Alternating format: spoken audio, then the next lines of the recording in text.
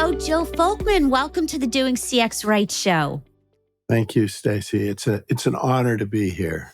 Oh, thank you. Well, I've been reviewing your books, multiple of them, and there's so much to talk about. So 30 minutes is not going to be enough time, but I'm going to try to get it all out here.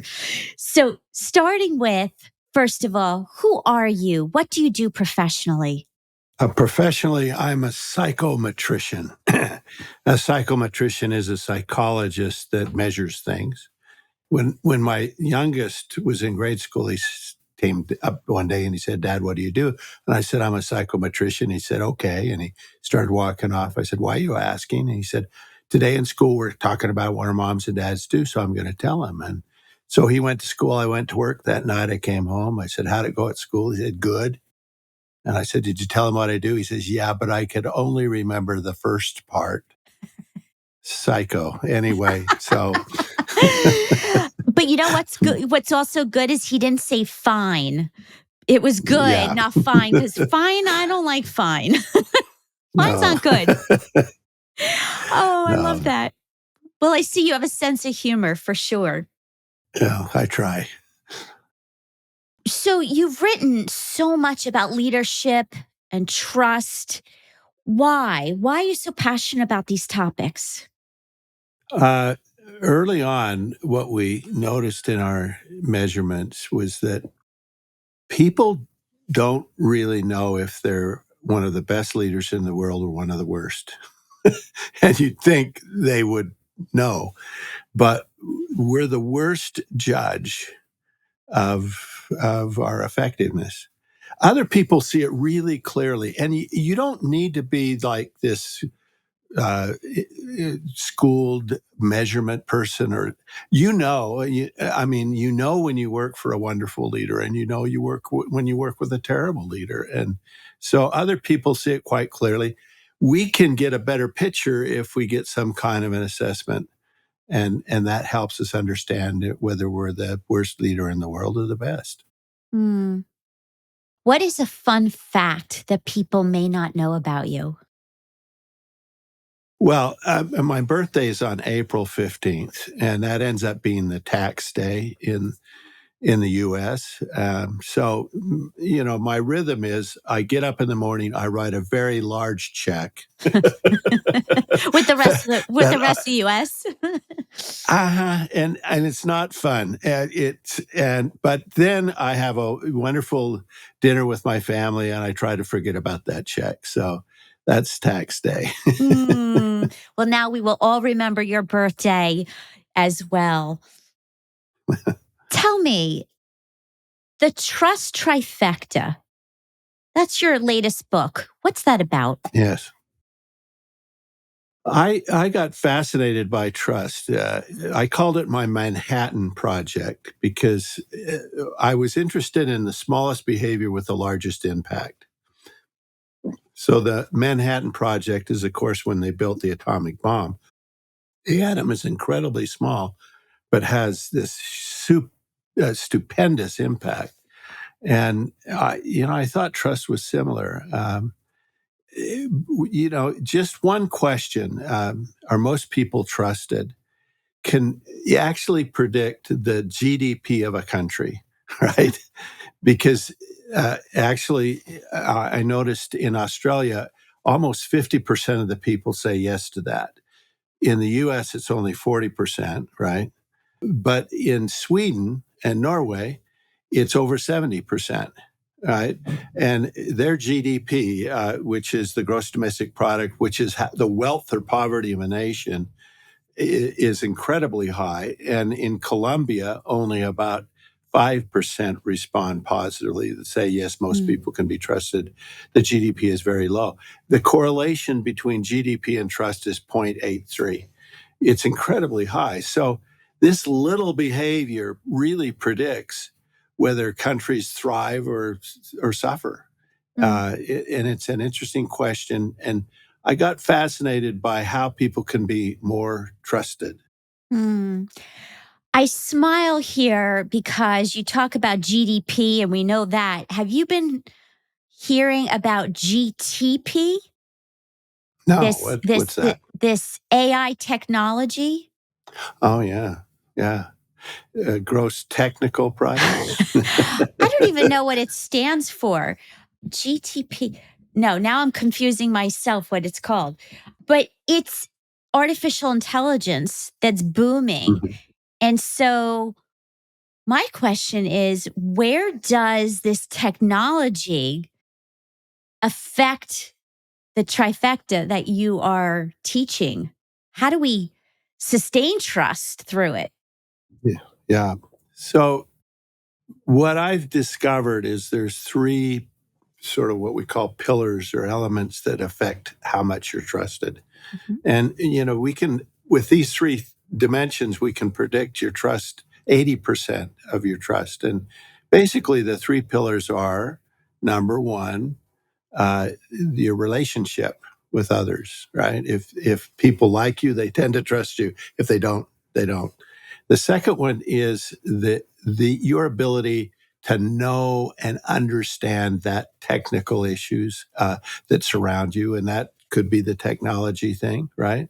That if you don't understand, your job well, people expect you to know your job, right? And if you go into a store and you ask some clerk, I was in a store the other day, and I said, I need that thing that connects the door to the cabinet, and I didn't even know what it was called, and this kid, young kid, he says, "Let me lead you to them," and he walked right to them through all this stuff, and I'm thinking, this is amazing. I love that when people can do that. So people expect you to know stuff, to be competent. I know there's a strong, especially now, a strong kind of a focus to say, sort of fake it till you make it. It doesn't work. People know.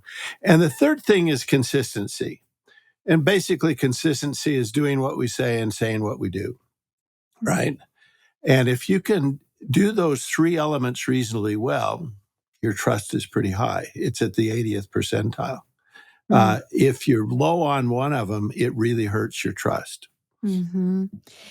Well, first of all, a lot what you said makes sense in customer experience because, especially the third one, deliver on the promise. Yes, yes. And that's critical. And when people do that, and even when you over deliver, under promise and over, don't you love that kind of an experience when you get more than you ask for, right? Let me put an extra French Yeah. fry in there for you, right? So Yeah, the smallest gestures can create wow moments and that builds trust. right. Now, Yeah. what's interesting is that from my perspective, when I first started the research, I thought consistency would be the largest factor, right? The number one biggest factor. And the more research I did, while it's important, it's one of the trifecta, right? It's one of the three critical elements. The biggest factor is relationships, right? And it's amazing what happens if you like people, right? Mm. I mean, if you think about it, you might have, you may not always deliver on your promises. But if you have a good relationship, people come back. They go, "Oh, you're my friend. You blew it the last time, but I'm back here because I kind of like you." So, you think, especially today, where we're becoming more distanced from our customer, right? That interaction is shorter and shorter. But I went into the DMV, which is the driver motor vehicle kind of department, which is notoriously in the U.S.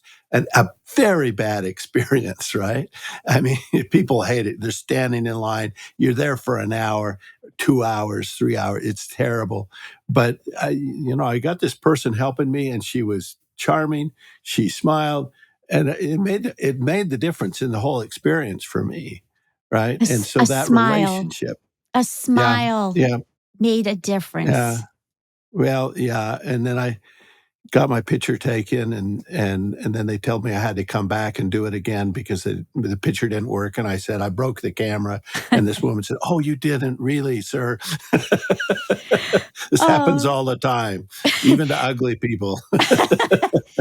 Well, going back to Home Depot also, I love how you said that the guy walked you to the product. Think about that. Absolutely. Yeah, yeah. I mean, he could have said aisle 14 about halfway down, right? He Exactly. walked me over there and said, "Here it Exactly. is." Yes. And then had 3 or 4 questions. What's the difference? There's 14 of them, right? What's the difference between these? Which is the best? That kind of thing.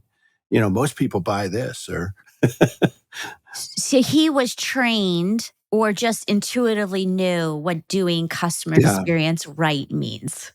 right, yeah, yeah. I love And that. it is interesting. You know, I think as people get sold to, I bought a new EV in December. Actually, the 29th of December, because there's a tax break in the US and I had to get it before the end of the year.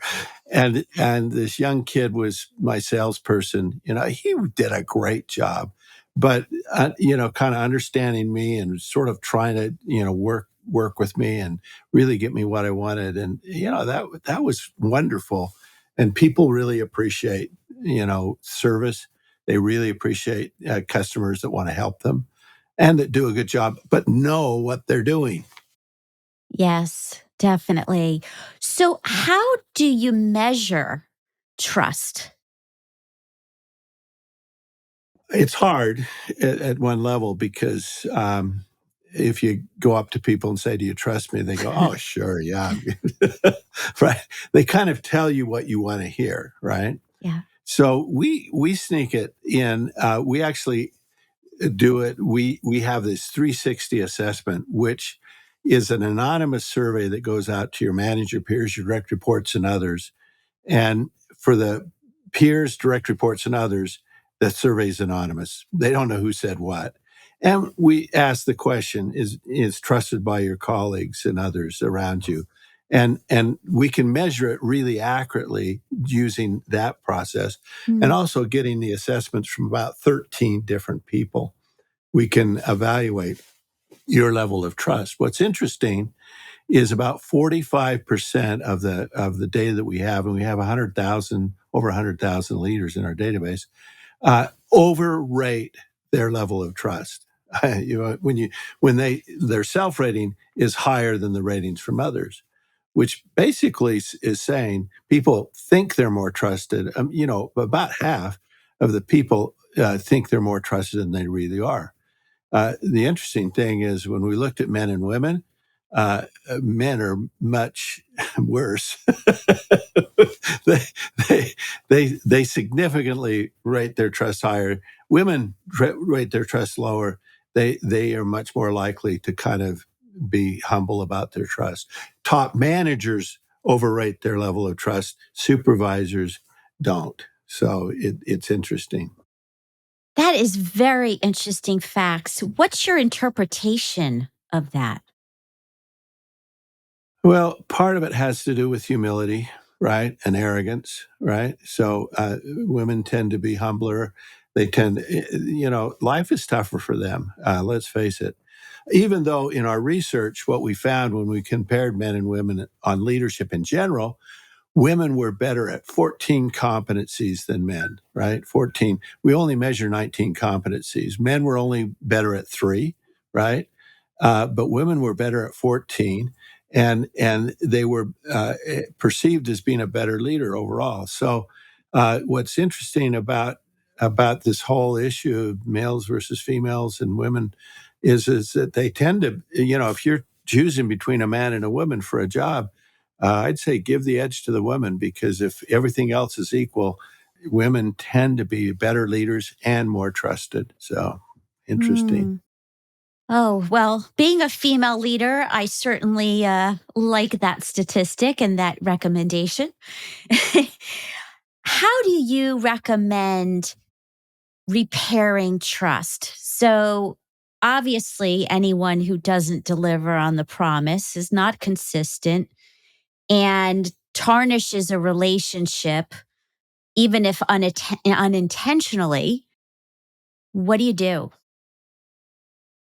So I think to start with, and there's a chapter in the book on this, and we go through 12 steps, if you will, there are things to do. But the simple solution, I think you have to start with the acknowledgement that you did something wrong. If you can't do that, I mean, if you can't admit to the fact that you told a lie or that you were duplicitous or something like that,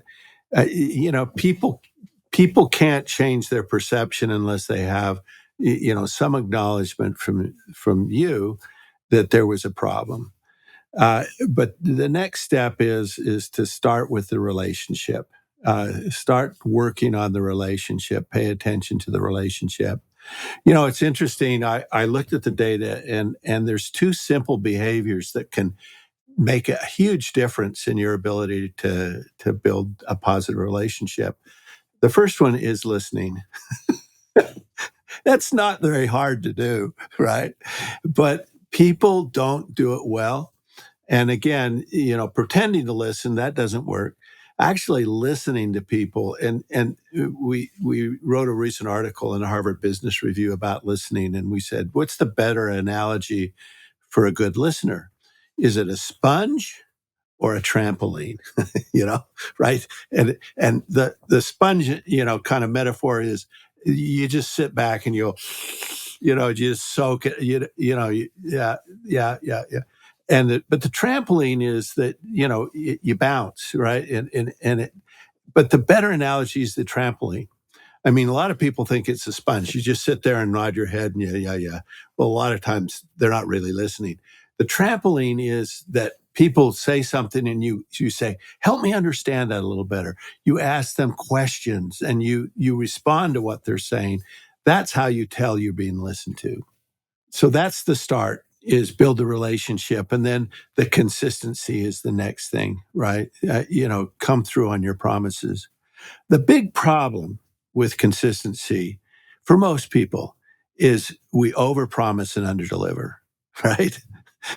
I mean, somebody walks into your office and says, "Can you do that by tomorrow?" And you say, "Oh, sure," and then jump into your work and you realize I can't, right? Or what's worse is you don't realize, you forget. I mean, the amount of stuff we forget is phenomenal. So whenever you say, "I'll do that," just hold back and think, can I really do that? Because it's those little things that drive people crazy, Mm. right? Because what's interesting is when you promise, they never forget and you never remember, right? It seems so simple. What you're talking about is listening and commitment. It's the basics, and yet you have books and books on it, and people are seeking help on it. And it's so fascinating that this is not rocket science, but yet so hard. Yeah. It isn't rocket science, and as you think about these three things, we'd say, well, how do you build trust? You build a positive relationship with another person, right? And you think about that, and I think with customers that is so true, isn't it? Kind Yes. of work on that relationship, spend some time with people. I mean, in call centers, we're timing people. Don't talk too long to a person. I love it when on a call, people are human. They'll kind of connect with you. That's worth a lot to a customer, right? And the second thing is expertise. Do you know your job? Do you know the answers to the questions? Do you have that Mm. expertise that where you can give that right answer? Or are you just blowing smoke, right? And so many people think they can sort of fake their way through it, and they can't. Mm. And then again, that third thing is consistency. Don't overpromise and underdeliver. Over deliver and under promise, right? Do what you say you're going to do. And don't, if you can't deliver on that, when people ask you to do things or can you do this by tomorrow, just make sure that you can. And it's a simple formula, really. So, in measuring business There's obviously the revenue and profitability and typical metrics. And then you have net promoter score, likelihood to recommend, and effort. Do you recommend that trust be a metric that's part of all businesses? What's interesting is there's some trust research by a fellow by the name of Edelman. And what's interesting about Edelman's research is that he found, and this is a change in the last couple of years, that businesses are more trusted than the government. They're more, businesses are the most trusted entity, right? We trust businesses more than the government. Well, that's not a big surprise, is it? Right? And so as a business, if you fall into that category of we're trusted, we deliver on our promises, we come through, we do what we say we're going to do. And again, if you think about the businesses we trust, it's these three things, right? We do a good job of what we do, and we have expertise. Yeah, absolutely. There's a relationship with a business. If people are rude, or they treat you like a number, or they don't care, you really know about caring, don't you?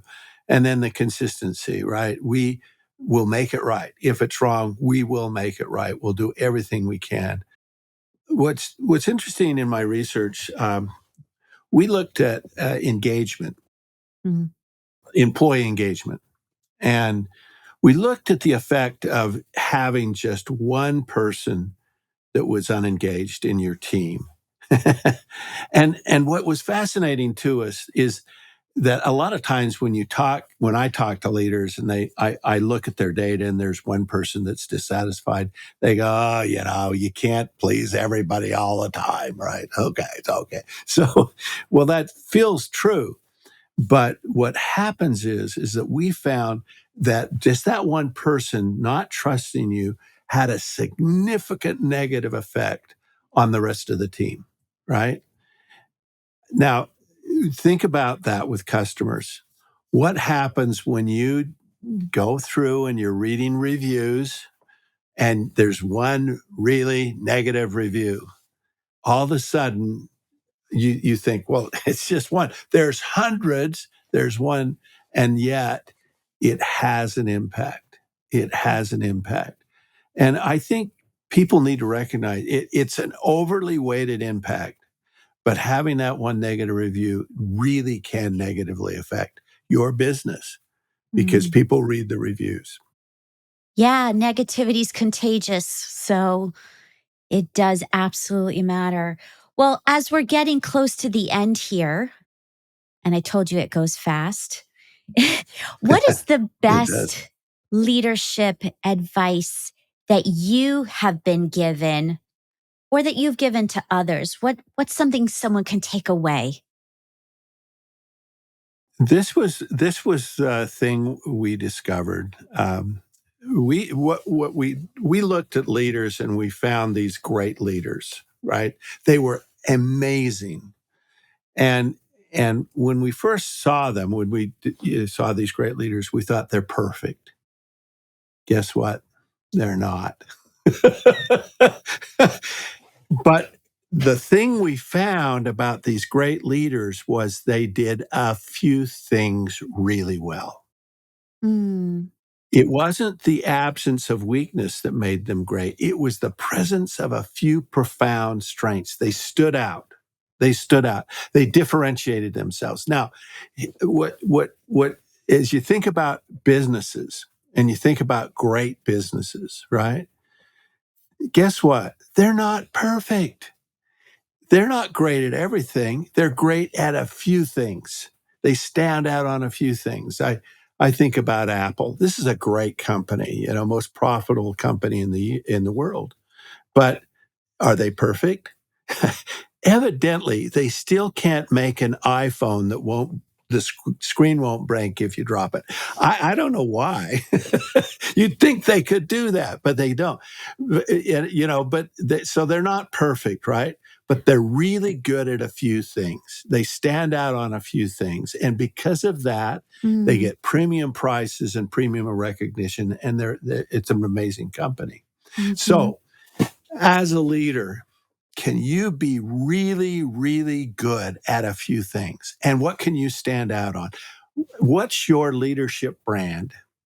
How do you differentiate yourself? And as a business with customers, you don't need to be perfect. mm, They're not expecting perfection, but they what you need to do is differentiate yourself in a few critical areas.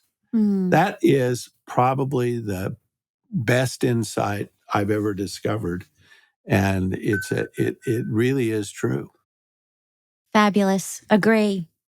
If I had tons of CEOs and entrepreneurs and leaders in my room right now, what's the one takeaway from everything you've researched, from everything you've studied and written about?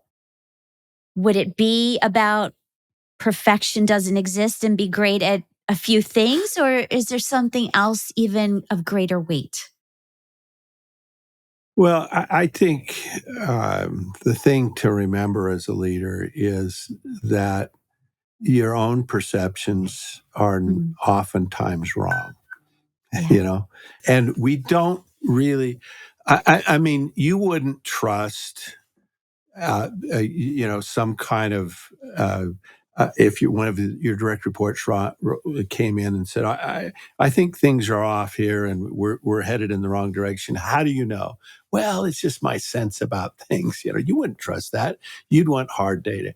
Yeah. And what people need to understand, what leaders need to understand is that you need to get a pretty good evaluation from others. That's the only way you can know how effective you Mm, are as a leader. It's the perception. Because if you think about what is leadership, leadership is the ability to influence and lead others. Not yourself, right? And so it's those perceptions by others that can help you understand mm, how effective you are and and your weaknesses if you have some. Our advice to leaders is to build on your strengths generally, yeah. unless you have a fatal flaw. So, anyway, Yes. I actually went through a formal 9-month leadership program at my last workplace, and they uh-huh. talked a lot about what do people say about you when you're not in the room. Yeah, And right. it's a really good topic in measuring that. Well, and knowing that, right, Yeah. that's is do they think, well, that person's wonderful? Is kind of a jerk, right? And, Exactly. and so understanding that and that's we spend a lot of time helping people understand their level of leadership and where they're at. I mean, if you think about any journey, it starts with a clear sense of where you're currently at, right? Yeah. That's why I like GPS, right? Yeah. It's that you are here, right? Because Yes. you can't get to any place different if you don't know where you currently are. So, No. If you could go back to your younger 20-year-old self based on what you know now that you didn't know then, what would you tell younger Joe? oh gosh, that's a hard question. Uh, when someday in the future you'll be able to write. I, I, I hated writing my master's. I hated writing my dissertation. It was just painful. And, 11 books later, I think I can do a reasonable job. The other thing that's interesting that I would tell myself is, that there's other people that can write better than you and listen to them. I mean, I Mm, the first time I sent stuff to an editor, they brought it back and I'd written 10 pages. They gave me 5 back and I was so upset. And until I thought to myself and I said, yeah, I know I'm not a very good writer. So they are. So I mm. have good ideas. They can write them better than me. And so now it's like I write stuff, people edit it, and I'm like, great. So you had to have trust in those writers to Yeah. proceed. Well, and it's the acknowledgement that you're not a great writer, and Yeah, on this current book, it went through at least 10 editors, right?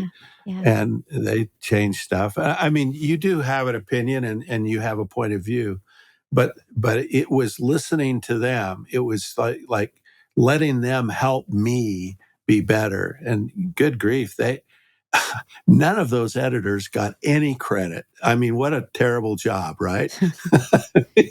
I, I, I, Stephen Covey, great writer in the field, and I know the person who edited his first book, and he keeps saying, "I wrote that whole thing for Covey," and it's like, whoa. well, he's trying to build trust and credibility, so everybody's fighting for that. They are, and so it's kind of other people can help you, let them, Yeah, right? yes. Other people can see you, let them help you. That's probably what I would have told myself. Don't be so upset when people don't like what you wrote. Well, thank you for being here. And I know people will want to get in touch. So, in the show notes, I will have all of your information, your books, links, social media. And yeah, thank you. And just a note, I'll be in Sydney at the 1st of May and spending a week there. So I'm looking forward to it because it is so cold in Utah right now. So Well, yes, I wish only warmth and wonderful things for you this year. So, thank thank you, you. Stacy.